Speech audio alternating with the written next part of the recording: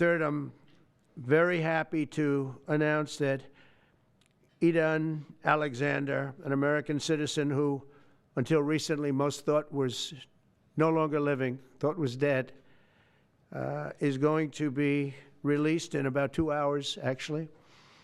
And he's going to be released before the eyes of Steve Witkoff, who has done a fantastic job. I know a lot of people that have a lot of talent. I know Steve had a lot of talent.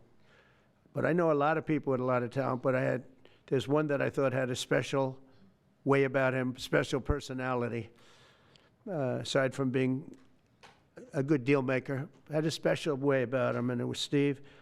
Knew very little about the subject matter, who does, but he learned it in about 2 hours. And he's been fantastic, so I want to just thank Steve. But they're going to be releasing Edan in about 2 hours from now, or sometime today, let's say. And again, they thought he was dead just a short while ago. His parents are so happy. They're so happy. So it's, as you know, Edan's the only American citizen who's captured and held hostage by Hamas since October 7th, 2023. And he's coming home to his parents, which is really great news. I mean, to me, it's big news. They thought he was dead. So that's that. So we'll be heading there, and we'll be seeing 3 primary countries. You know all about that: Saudi Arabia, UAE, Qatar. And now today I'm heading over. We'll see what we're going to do with respect to Iran. I think you have very good things happening there, too, by the way. I think can't have a nuclear weapon, but I think that they are talking intelligently. We're in the midst of talking to them, and they're right now acting very intelligent. We want Iran to be wealthy and wonderful and happy and great, but they can't have a nuclear weapon. It's very simple. So I think they understand that I mean business, and I think they're being very reasonable thus far. And don't underestimate Thursday in Turkey. President Erdogan is going to be a great host, and we are doing some work with him having to do with Syria, too, by the way. We're going to have to make a decision on the sanctions, which we may very well relieve. We may take them off of Syria because we want to give them a fresh start. But President Erdogan's asked me about that. Many people have asked me about that because the way we have them sanctioned, it doesn't really give them much of a start. So we want to see if we can help them out. So we'll make that determination. But I think you're going to have maybe a good meeting. You have the potential for a good meeting, that a meeting wasn't going to take place. I insisted that that meeting take place. And it is taking place. And I think you may have a good result out of the Thursday meeting in Turkey between Russia and Ukraine. And I believe the 2 leaders were going to be there. I was thinking about flying over. I don't know where I'm going to be on Thursday. I've got so many meetings. But I was thinking about actually flying over there. There's a possibility of it, I guess, if I think things can happen. But we got to get it done. We got to save 5,000 lives a week. 5,000 lives is really more than that. It's worse than that. And when you see and you don't want to see it, but when you see the satellite photographs of the battlefield with arms and legs and heads all over the place, separated by 30 yards from bodies, doesn't make sense. Doesn't make sense. So we're working very hard to see if we can end that bloodbath. Okay, there shouldn't be too many questions. It's been covered pretty well. Has Qatar asked for anything in exchange for that $400 million luxury jumbo jet? And how can the American people be so sure that they will not in the future? Well, I think what happens with the plane is that, we're very disappointed that it's taking Boeing so long to build a new Air Force One. We have an Air Force One that's 40 years old. And if you take a look at that compared to the new plane of the equivalent, stature at the time, it's not even the same ballgame. You look at some of the Arab countries and the planes they have parked alongside of the United States of America plane. It's like from a different planet. And it's close to 40 years old, might be more than 40 years old now. And we, when I first came in, I signed an order to get it built. I took it over from the Obama administration, They had originally agreed. I got the price down much lower. And then when the election didn't exactly work out the way that it should have, a lot of work was not done on the plane because a lot of people didn't know. They made change orders that were so stupid, so ridiculous. And it ended up being a total mess, a real mess.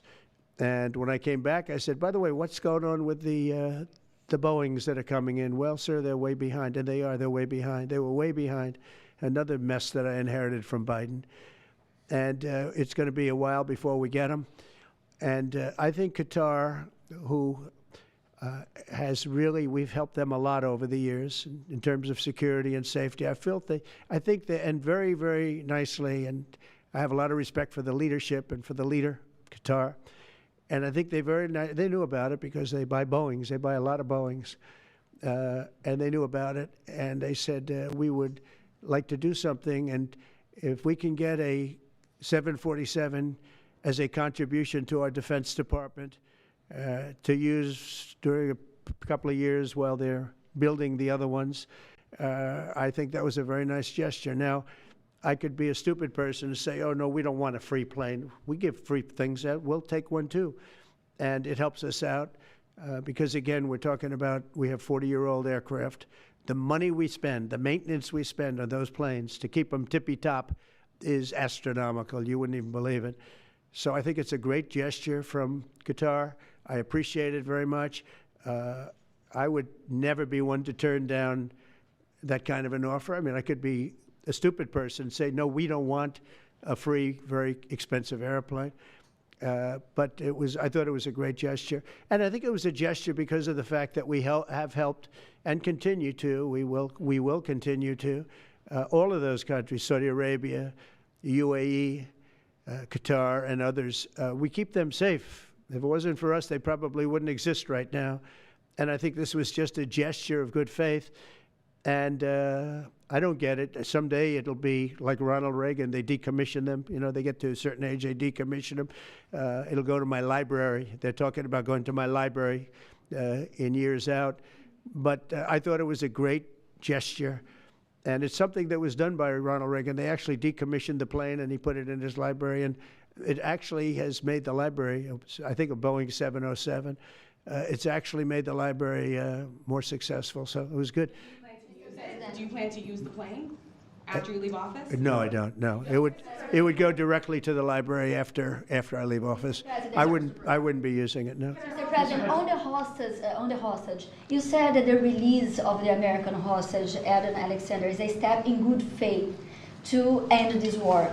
Do you expect any progress, or perhaps announcement on ceasefire during your trip to the Middle East? We hope that we're going to have other hostages released too, as you know. So when I met with the hostages 3 weeks ago that were there for quite a while, you remember the 10 people that came in, mostly young people. 1 or 2 were a little bit older.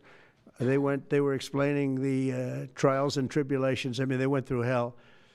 And I said, how many are there? They said 59. I said, that's a lot. I didn't realize, because we got a lot out. You know, we got a lot of hostages out, I think you will acknowledge. They said 59, but then they said, they followed that up by saying 59, of which 24 are living, the rest are dead. But the people whose son, mostly son, I think 1 daughter in this case, but mostly sons are there, or husbands are there, those people want the dead bodies as much as they want the live body. I have a mother that calls me, but came up to me when I first met her, and she said, sir, please get my son out. He's dead, but they have his body. And I asked her about that, and it's as though he were alive. The level of wanting that body back is the same. It couldn't be any more, as though he were alive. So, you know, getting the bodies back is very important. That could be a thing having to do with the religion. It could be same. I was amazed at the level of importance. It's the same as if the son or husband or whatever was alive. So they said 59. In fact, they came in with a number 59 written out on like a sign on their chest. But they came to thank me for getting them out. And I said, what does the 59 mean? They said, well, that means there are 59 people.